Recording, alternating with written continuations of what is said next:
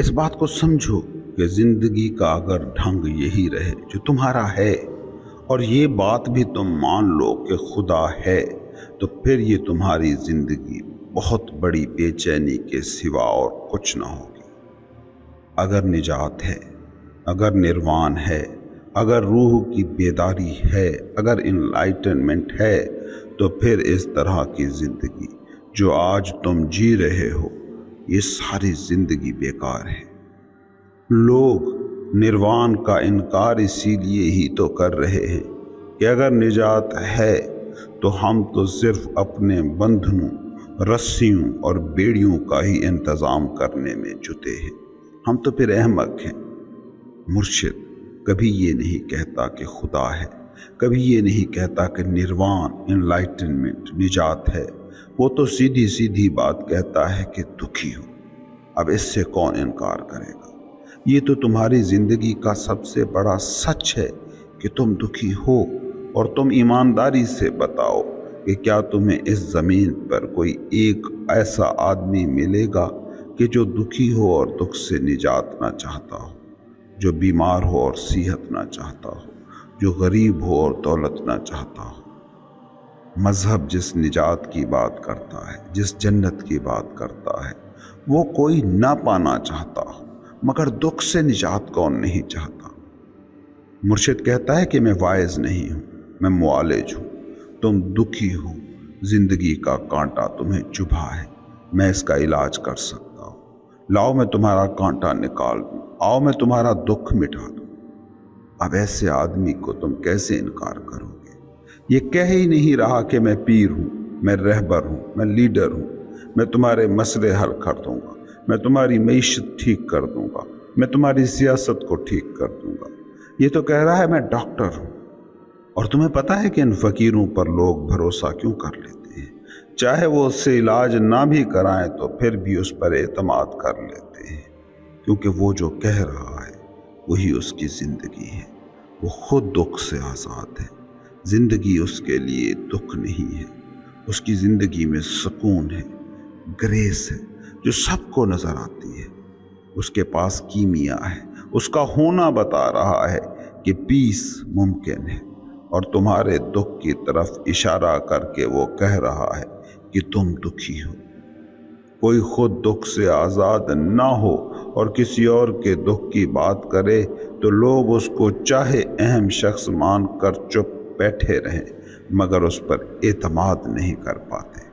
اپنے سیاستدانوں کو، اپنے طاقتوروں کو دیکھ لو، لیکن فقیر جب اشارہ کرتا ہے کہ تم دکھی ہو تو وہ چاہے اس کا انکار کرتے رہیں، مگر ایک بھروسہ، ایک اعتماد اس پر ہمیشہ رہتا ہے، کیونکہ دکھ سے آزاد زندگی کا وہ خود جیتا جاگتا ثبوت بیٹھا ہے۔ صوفی کہتا ہے کہ دکھ کی وجہ ہوتی ہے، اور اس وجہ کے خاتمے کا اختیار تمہارے پاس ہے۔ صوفی کا سارا فلسفہ اسی دکھ پر تعمیر ہوتا ہے۔ وہ لوگوں کو کہتا ہے کہ دیکھو دکھ ہے، دکھ کی وجوہات ہیں، اور ان وجوہات کے خاتمے کی راہیں موجود ہیں، اور دکھ سے نجات کا آپشن تم لوگوں کے پاس ہر وقت موجود ہے۔ اس کو یوں سمجھنے کی کوشش کرو، کوئی غریب ہو اور وہ تمہیں امیر ہونے کا نسخہ بتائے تو تم کیا کہو گے؟ یہی نہ کہ پہلے خود تو امیر ہو جا۔ کوئی بیمار ہو اور تمہیں صحت کے ٹوٹکے بتاتا پھر رہا ہو تو کیا کہو گے اسے؟ یہی کہ پہلے خود تو صحت پا لے۔ لیکن ایک حقیقی صوفی کو تم یہ نہیں کہہ سکتے، کسی سچے مرشد کو تم یہ نہیں کہہ سکتے کہ پہلے تو خود تو دکھ سے آزاد ہو جا، پھر ہم بھی ہو جائیں گے۔ وہ فقیر ہوگا، مرشد ہوگا تو دکھ سے آزاد ہوگا ہی ہوگا، اور تمہیں نظر بھی آ رہا ہوگا۔ اسے دیکھو گے تو یہ تو سوال ہی تم نہ کر سکو گے، اور تم خود بھی اس کے سامنے یہ نہ کہہ سکو گے کہ دکھی نہیں ہوں۔ کس منہ سے کہو گے؟ مرشد یہ جانتا ہے کہ جس دن تمہارا دکھ فنا ہو جاتا ہے، آنکھ سے انائی دنیا کا غلاف گر جاتا ہے، کیونکہ دکھ انا کی دنیا کی ہی چیز ہے۔ تمہاری بینگ، تمہاری ایگزسٹنس، حقیقی زندگی کا دکھ سے کوئی لینا دینا ہی نہیں ہے۔ دکھ نہ بھوک ہے نہ بیماری ہے، دکھ بس ذہن کی وہ تشریح ہے جو واقعات و حادثات کی وہ کر رہا ہے۔ انا کے نقاب سے نیچے موجود حقیقی تم تک پہنچنا ہی تو انلائٹنمنٹ ہے، اور صوفی اور کچھ نہیں کرتا، اسی نقاب کو پھاڑ دیتا ہے۔ اور جس دن یہ نقاب پھٹتا ہے تو اس دن تم دیکھتے ہو کہ نجات ممکن ہے، نروان ہے، خدا، نجات، روح، یہ دیکھنے والی چیزیں ہیں، سمجھنے والی نہیں، کیونکہ سمجھنا ذہن کا ایکٹ ہے، جبکہ اپنی بنیادی فطرت میں یہی ذہن ہی تو ہے اصل نقاب۔ تم اسی نقاب سے اس چیز کو نہیں سمجھ سکتے جس چیز پر یہ نقاب چڑھا ہوا ہے۔ اس لیے مرشد خدا، روح اور نروان کی بات نہیں کرتے، کیونکہ یہ بات کرنا بڑا خطرناک ہے۔ اکثر لوگ باتوں میں ہی کھو جاتے ہیں۔ تم غور سے دیکھو اپنے اکثر مذہبیوں کو، یہ بات کے ہی مذہبی ہیں، بات چیت، بحث مباحثے ہی کرتے رہتے ہیں۔ یہ سارا دن خدا، جنت، جہنم کی بات کریں گے، مگر مذہب کا ان کی زندگی کے تجربے سے کوئی بھی لینا دینا نہیں ہے۔ غور کرو، تمہاری دنیا میں خدا بحث کا ایک موضوع ہے اور کچھ نہیں۔ لوگ مذہبی کتابوں کی تشریحات میں الجھے ہیں، بال کی کھال اتارتے رہتے ہیں۔ تم سمجھتے نہیں ہو، مگر اس سے بھی انا کو بڑی طاقت ملتی ہے۔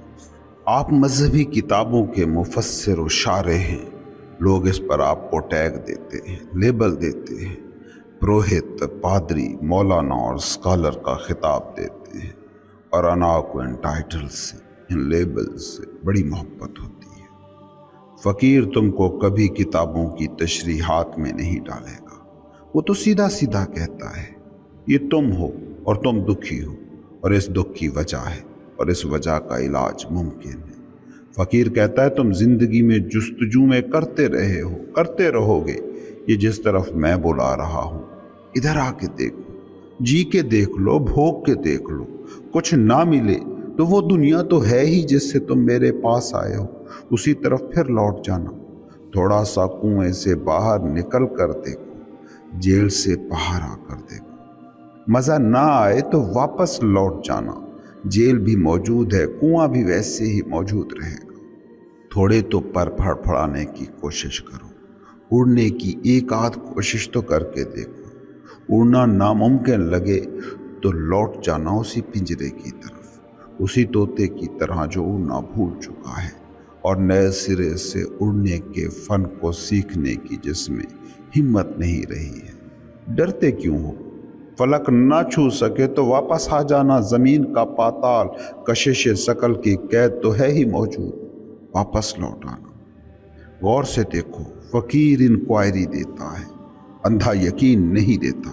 فقیر بس اتنا کہتا ہے کہ بیٹھے بیٹھے کچھ نہ ہوگا، کچھ تو قدم چل کر دیکھو اس رستے پر، کھوج لازم ہے۔ اور تم دکھی ہی اس لیے ہو کہ تم نے کھوجا نہیں، تم نے زندگی کے سارے گوشے پھلورے نہیں، زندگی کی ساری سمتوں کو چھونے کی کوشش نہیں کی۔ تم دکھی ہو کیونکہ تم نے پیدائش کے ہاتھ سے کوئی زندگی مان لیا ہے، مگر یاد رکھنا پیدائش کے ساتھ تم کو صرف ایک امکان ملتا ہے، ایک پاسیبلٹی، زندہ رہنے کا ایک موقع، زندگی نہیں ملتی۔ پیدائش کے بعد زندگی کو کھوجنا پڑتا ہے، انکوائری۔ فقیروں کی دنیا کا سب سے قیمتی لفظ ہے، اور ملنے کا تعلق صرف کھوجنے سے ہے۔ لیکن جو پیدائش کے حادثے کو زندگی سمجھ بیٹھا ہے اور سوچ رہا ہے کہ مل گئی زندگی، یہی زندگی ہے، اسے کبھی کچھ نہ ملا، وہ چوک جاتا ہے۔ اس لیے فقیر یہ نہیں کہتا کہ خدا ہے، یہ سمندر ہے، یہ سپیس ہے، یہ روح ہے، یہ نروان ہے۔ فقیر بس اتنا ہی کہتا ہے، اٹھو صنم کدے والو، تلاش لازم ہے، ادھر ہی لوٹ پڑیں گے اگر خدا نہ ملا۔ ویسے سوچو، زندگی کا تجربہ کہاں زیادہ بھرپور ہے، کہاں زیادہ انریچنگ ہے، انا کی محدود دنیا میں یا سیلف کی لامحدودیت میں؟ اب ہو سکتا ہے کہ یہ ساری بحث آپ کو لگے کہ پھر تو یہ ساری دنیا ہی فضول ہے، یہ ساری کشمکش، یہ ساری جدوجہد ہی فضول ہے۔ نظری طور پر، تھیوریٹیکلی اس نتیجے پر پہنچنا ممکن ہے، لیکن اگر تم یہ ریئلٹی جی رہے ہو۔ اگر سیلف کی دنیا تمہارا تجربہ ہے تو پھر اس نتیجے پر تم کبھی نہیں پہنچو گے۔ سمجھو، زندگی اپنی نیچر میں ان مینیفیسٹڈ، نہ آشکار ہے، نان فزیکل ہے، غیر مادی ہے، اور مینیفیسٹڈ دنیا یعنی مادی طور پر آشکار دنیا بھی اسی ان مینیفیسٹڈ، اسی نان فزیکل دنیا کا حصہ ہے۔ یہ فیلڈ آف کانشیسنس ایک کل ہے جس میں سب کچھ شامل ہے۔ جب اس طرح کل کی شکل میں تم زندگی کو تجربہ کرتے ہو تو پھر کوئی بھی چیز فضول نہیں رہ جاتی، پھر ہر چیز مقدس بن جاتی ہے۔ اس کو یوں سوچو، قطرہ سمندر میں فنا ہو گیا تو بتاؤ کیا وہ واقعی فنا ہو گیا، یا یوں ہوا ہے کہ اس کا تجربہ اور وسیع ہو کر بے کنار ہو گیا ہے؟ مادی زندگی، انائی زندگی اگر آپ کا فوکس ہے تو یہ محدودیتوں کی دنیا ہے، لیمیٹیشنز کی۔ لیکن اگر تم سمندر ہو گئے تو پھر تمہاری ایگزسٹنس لامحدود ہے۔ جب منصور رسالت کو چھوتا ہے تو پکار اٹھتا ہے ان الحق۔ وہ اصل میں یہی تجربہ کہہ رہا ہے۔ ان الحق ہر ذرے کی حالت ہے، سمندر کے ہر قطرے کی حالت ہے۔ جو بھی اپنی دوئی، اپنی سنویت کھو گیا، وہ خود کے قطرے سے خدا کے کلزم کا حصہ بن گیا۔ وہ انا کے سراب سے سیلف کی حقیقت تک پہنچ گیا۔ جب تم اس دنیا کو دیکھتے ہو تو تم قطرے ہو جو سمندر کو دیکھ رہے ہو۔ جب تم خود کی نظر سے دیکھتے ہو تو اصل میں تم خدا کو دیکھ رہے ہوتے ہو۔ وہ روشنی جس سے تم خدا کو دیکھتے ہو وہی روشنی ہے جو خود سے آئی ایمنیس سے پھوٹ رہی ہے۔ جب تم میں یہ ہوں یا میں وہ ہوں کا غلط آئیڈیا پالتے ہو تو یہ بانڈیج اور سرحدوں کو تخلیق کرتا ہے، لیمیٹیشنز کو تخلیق کرتا ہے۔ تب وہ دنیا تخلیق ہوتی ہے جس میں بیگانگی ہے، ایلینیشن ہے، جس میں دکھ ہے، کرب ہے، انزائٹی ہے۔ اسی کو صوفی غلط علم کہتا ہے۔ درست علم آزادی لاتا ہے، ہمیشہ فریڈم لاتا ہے۔ درست علم خوشی لاتا ہے۔ میں امیر ہوں، میں غریب ہوں، میں ایشیائی ہوں، میں افریقی ہوں، میں پاکستانی ہوں، میں ہندوستانی ہوں۔ کبھی غور کریں ان سارے انائی بیانات پر۔ اس دنیا کے جو غم ہیں، جو تلخیاں ہیں، جو تقسیمیں ہیں، جو جھگڑے ہیں، جو جنگیں ہیں، جو نفرتیں ہیں، وہ اسی میں کے آئیڈیے سے پھوٹ رہی ہیں۔ جب ایک پاکستانی خوش ہوتا ہے کہ ہماری فوج نے اتنے بھارتی ہتھیارے اڑا دیے، جب ایک بھارتی خوش ہوتا ہے کہ اس کے ملک نے اتنے پاکستانیوں کو دھول چٹا دی، تو وہ اپنی اسی انا کا اظہار کر رہے ہوتے ہیں۔ یہی انا سراب ہے جس نے دنیا کو زندہ جہنم میں ڈھال دیا ہے۔ بالکل ویسے ہی جیسے آپ کا جسم ارب خلیوں پر مشتمل ہے، اور یہی خلیے آپس میں کو ایگزسٹنس کی بجائے ایک دوسرے کے دشمن ہو جائیں، ایک دوسرے سے حسد کرنے لگے، نفرت کرنے لگے۔ جسم کے خلیوں میں ایسی جنگ کو تم جس بیماری کے نام سے جانتے ہو اس کا نام ہے کینسر۔ یہی کچھ انسان ایک دوسرے کے خلاف کر رہا ہے، ملک ایک دوسرے کے خلاف کر رہے ہیں، قومیں ایک دوسرے کے خلاف کر رہی ہیں، اور اس دنیا کو اس کے نتیجے میں جو بیماری چمٹی ہوئی ہے وہ کسی بھی طرح کینسر کے مرض سے کم نہیں ہے۔ جس دن تم اس دوئی میں موجود وحدت کو پا گئے تو دیکھو گے کہ جنت مستقبل میں ملنے والا کوئی مقام نہیں، تم جنت میں ہو ہی، اور جہنم بھی مستقبل کا کوئی عقوبت خانہ نہیں۔ اسی دوئی کی آگ میں جلنے کا نام جہنم ہے جو تم نے انا کے سراب کے پیچھے چل کر پہلے ہی تخلیق کر لی ہے۔ وہ کون سی سزا ہے جو جہنم میں ملنے کی تم توقع لے کر بیٹھے ہو، جو اس دنیا میں انسان کو نہیں دے رہا، اور انسان کو ہی نہیں، دوسرے جانداروں کو اور خود اس سیارے کو نہیں دے رہا کہ جو اس کا اپنا گھر ہے۔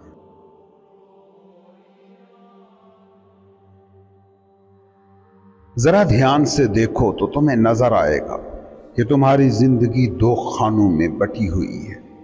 ایک ہے خانہ تمہاری بینگ کا،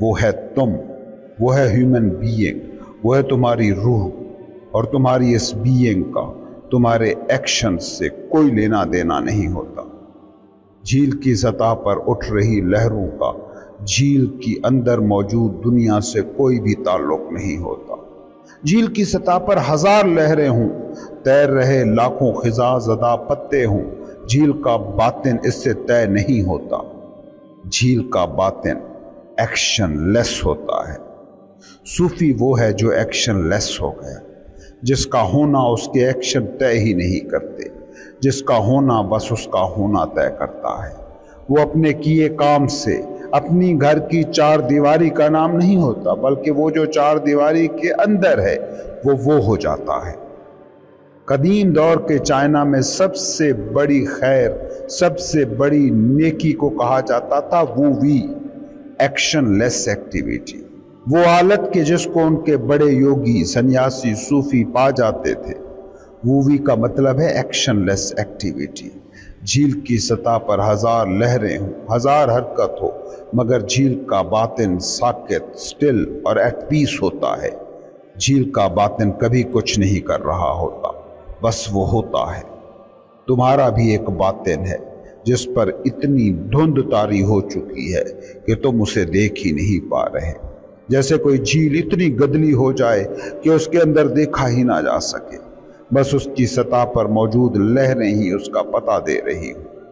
تمہاری روح بھی انہی دھندلکوں میں گم ہے اور تم بس چار دیواری رہ گئے ہو۔ تمہاری حالت پتہ ہے کیا ہے؟ جیسے کوئی شاندار کوٹھی ہو جو باہر سے رنگ و روغن کی گئی ہو، لش پش ہو، مگر اندر وہ بالکل کھنڈر ہو۔ اب کوٹھی کی کیا افادیت رہ گئی کہ اگر وہ اندر سے رہنے کے قابل ہی نہیں۔ ہاں، باہر سے لوگ دیکھ کر کہہ سکتے ہیں کہ کیا ہی شاندار حویلی ہے۔ تمہارے ایکشنز بالکل اسی کوٹھی کی باہری حالت ہے۔ تم ڈاکٹر ہو، تم انجینئر ہو، تم سخی ہو، تم دولت مند ہو، یہ تمہارے ایکشنز کے اظہار ہیں۔ یہ تمہاری چار دیواری کا رنگ و روغن ہے۔ اس چار دیواری کے اندر کون ہے یہ تم نہیں جانتے، اور جو یہ نہیں جانتا کہ اس جسم میں کون موجود ہے وہ اندر سے کھنڈر ہے۔ کاش تم اپنی دنیا میں چل پھر رہے انسانوں کو دیکھ پاتے، حقیقت میں دیکھ پاتے کہ وہ کھنڈر ہیں، بس چار دیواری چمکائے پھر رہے ہیں۔ یہ جو تم محفلوں میں رنگ برنگ زرق برق لباس پہن کر جاتے ہو، کبھی اس پر غور کرنا، یہ تم دکھانے کے لیے ہوتا ہی نہیں، بلکہ یہ تمہیں چھپانے کے لیے ہوتا ہے۔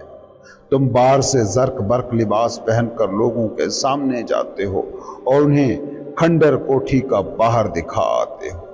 اس کوٹھی کے اندر جو روح ہے وہ بے چین ہے۔ روح کی سرحد شروع ہی وہاں سے ہوتی ہے جہاں جسم کے ایکشنز کے ساتھ تمہاری آئیڈینٹیفیکیشن ٹوٹ جاتی ہے۔ روح تک تو پہنچتا ہی وہی ہے جو یہ جان لے کہ میں ایکٹر نہیں ناظر ہوں، میں کرنے والا نہیں دیکھنے والا ہوں، ڈوور نہیں آبزرور ہوں۔ لیکن ایک بات بہت اہم ہے کہ یہ جو ایکشن لیس مقام تمہارے اندر ہے، جسے مذہب روح کہتا ہے، یا پوائنٹ آف کانشیسنس، یا مقام شعور، اس تک پہنچنے کا سفر ایکشن کی دنیا سے ہی شروع ہوتا ہے، کیونکہ تم اس وقت موجود ہی اسی سطح پر ہو۔ تمہیں اپنی گہرائیوں کا تو کچھ اندازہ ہی نہیں۔ سفر ہمیشہ وہی سے شروع ہو سکتا ہے جہاں تم موجود ہو، چلنا تو وہی سے ہو سکتا ہے جہاں تم ہو۔ اس لیے ایکشن کی دنیا میں ہونے والے ایکشن بھی ضروری ہیں۔ ان ایکشن کی وضاحت بڑی ضروری ہے، اور یہ سمجھنا بڑا ضروری ہے کہ ایکشن اصل میں ہیں کیا۔ انسانوں کے ایکشنز کو دو کیٹیگریز میں تقسیم کیا جاتا ہے: خیر اور شر، نیکی اور بدی، گناہ اور ثواب، گڈ اینڈ ایول۔ خیر کیا ہے اور شر کیا ہے؟ پہلی بات تو یہ سمجھو کہ تم نے جو دنیا بنائی ہے اس کے سارے خیر، سارے شر کھنڈر حویلی کی سجی سنوری چار دیواری سے جڑے ہیں۔ یہی سے ہی تمہارے گناہ ثواب کے سارے تصورات میلے ہو جاتے ہیں۔ یاد رکھو، ہر وہ ایکشن خیر ہے، نیکی ہے، جو تمہیں اس ایکشن سے ماورا لے جائے۔ تم چھٹی جماعت میں ہو، کیوں ہو؟ پورا سال محنت کرتے ہو۔ یہ محنت رائے گاں گئی یا رنگ لائی، اس کا پتہ کیسے چلتا ہے؟ اس کا پتہ چلتا ہے اس بات سے کہ تم پاس ہو گئے،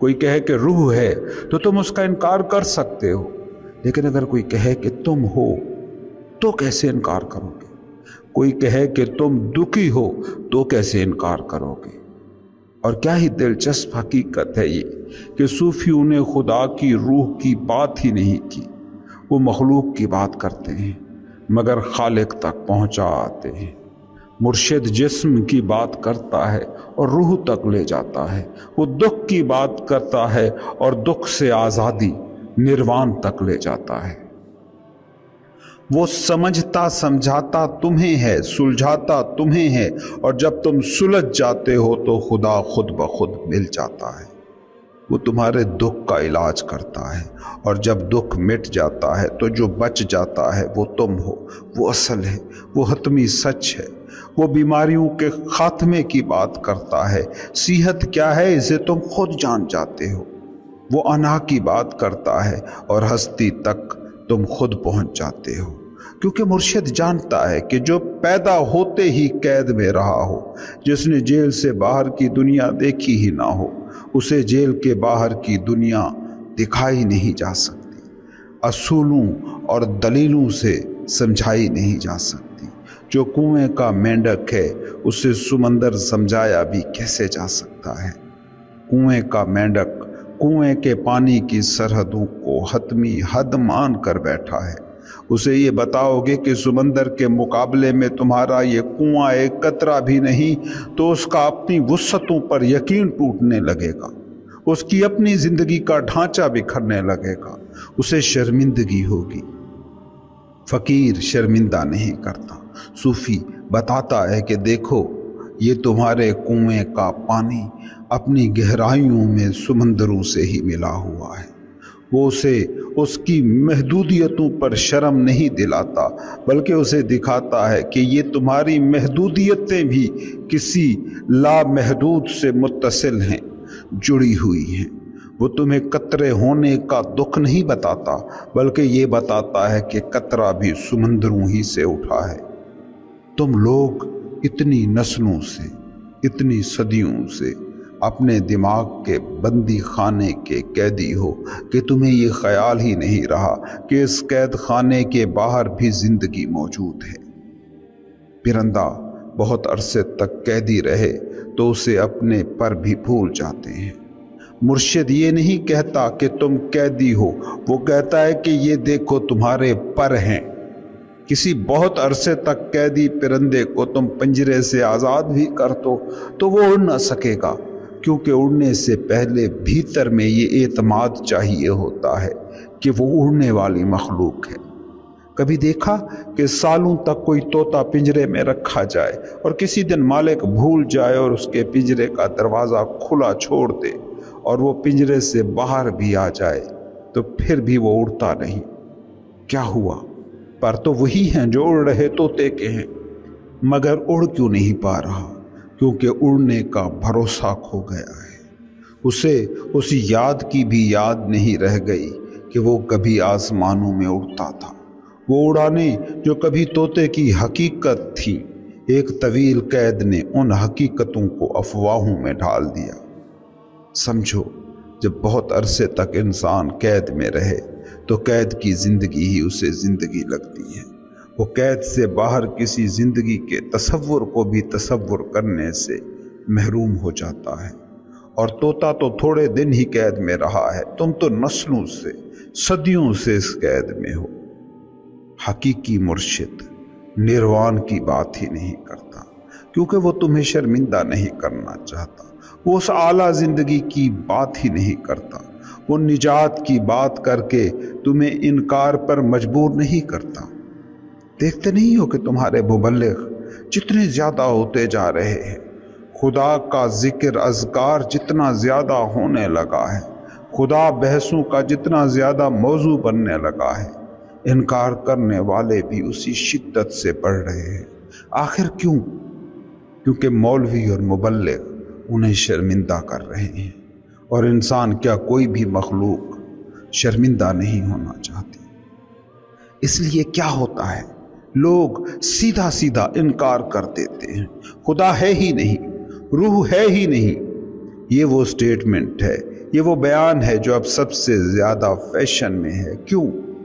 اس لیے نہیں کہ خدا نہیں رہا یا روح نہیں ہے، بلکہ انسان شرمندگی پر اپنا ریئیکشن دے رہا ہے۔ اس بات کو سمجھو کہ جو انسان بہت عرصے تک جیل کی سلاخوں میں رہا ہو اور جسے عمر قید کی سزا مل گئی ہو، وہ یہ ماننا شروع کر دیتا ہے کہ رہائی نام کی کوئی چیز ہے ہی نہیں۔ اب ایسا نہیں ہے کہ جیل کی باہر کی دنیا نہیں ہے، بلکہ یہ اس کی سیلف پروٹیکشن ہے۔ یہ ایک عجیب سی نفسیاتی الجھن ہے، کیونکہ کوئی قید میں ہو اور اسے پتہ بھی ہو کہ باہر دنیا ہے، آزادی بھی ایک چڑیا کا نام ہے، تو اب ساری ذمہ داری اسی پر آ جاتی ہے۔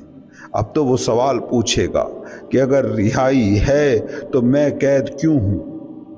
اسی ذمہ داری سے بھاگنے کا نفسیاتی حربہ یہ ہے کہ قید کو ہی آزادی مان لیا جائے، رہائی اور جیل سے باہر کی دنیا کا ہی انکار کر دیا جائے۔ یہی آج کا انسان کر رہا ہے۔ وہ دکھی ہے، لیکن اگر یہ مان لے کہ دکھ سے نجات ممکن ہے تو ذمہ داری اس پر آتی ہے کہ پھر سکھی کیسے ہو، دکھ سے نجات کیسے پائے، نروان کیسے پائے۔ لیکن وہ اس راہ کو مشکل جان کر ایک نفسیاتی لاجک تراشتا ہے، اور وہ یہ کہ زندگی تو نام ہی دکھ کا ہے۔ جب دکھ سے نجات کی راہ نظر نہیں آتی تو وہ دکھ کو ہی زندگی مان لیتا ہے۔ یہی اس کے لیے سیلف پروٹیکشن ہے، اور یہی سکھ تک پہنچنے کی راہ میں دیوار بھی ہے۔ یہ لوگ جو خدا کا انکار کر رہے ہیں، وہ اس لیے تھوڑی انکار کر رہے ہیں کہ خدا نہیں ہے، وہ اس لیے انکار کر رہے ہیں کہ خدا کو پانے میں وہ ناکام ہو گئے ہیں۔ لوگ نروان کا انکار اس لیے نہیں کر رہے کہ نروان یا سکھی حالت نہیں ہے، وہ اس لیے انکار کر رہے ہیں کہ اگر وہ مان لیں کہ سکھی حالت نام کی کوئی چیز ہے تو ان کی پھر یہ زندگی تو بیکار گئی۔ زندگی جینے والا اپنی ہی زندگی کو اب بیکار کیسے کہے؟ اس سے تو وہ بے وقوف ثابت ہو جائے گا۔ اس لیے وہ کہتا ہے کہ نروان دھوکہ ہے، انلائٹنمنٹ فریب ہے، زندگی دکھ ہے، اور اگر دکھ سے نجات واقعی ممکن ہے تو تمہارے دنیا کے سارے سیانے احمقوں کی صف میں کھڑے نظر آتے ہیں۔ تو اس سے بچاؤ کے لیے انسان کو اپنی پروٹیکشن کی ضرورت پڑتی ہے، اور سب سے بڑی پروٹیکشن ہے کہ تم یہ کہنا شروع کر دو کہ کہاں ہے خدا، کہاں ہے نجات، کہاں ہے آسمان کے جس میں ہم اڑ سکیں کہ ہم بھی پر رکھتے ہیں؟ ہے ہی نہیں۔ یہ ہے ہی نہیں وہ فکرہ ہے جو انسان نے اپنی ناکامی کے منہ پر نقاب کی صورت چڑھا رکھا ہے۔ یہ کہہ کر تم سیلف پروٹیکشن کر لیتے ہو، تم اپنی قید کو اپنا گھر ڈکلیئر کر دیتے ہو۔ جس قید میں بہت دن رہے ہو اسے قید خانہ کہنے کے لیے بڑی ہمت درکار ہوتی ہے۔ وہ ہمت بھی اب تم میں باقی نہیں رہی، کیونکہ جس گھر میں رہ رہے ہو اس کو جیل مان لیا تو پھر جیو گے کیسے؟ اس گھر میں رہو گے کیسے؟ پھر وہاں سکھ کا سانس لوگے کیسے؟ پھر اس کے سجانے سنوارنے پر کھپو گے کیسے؟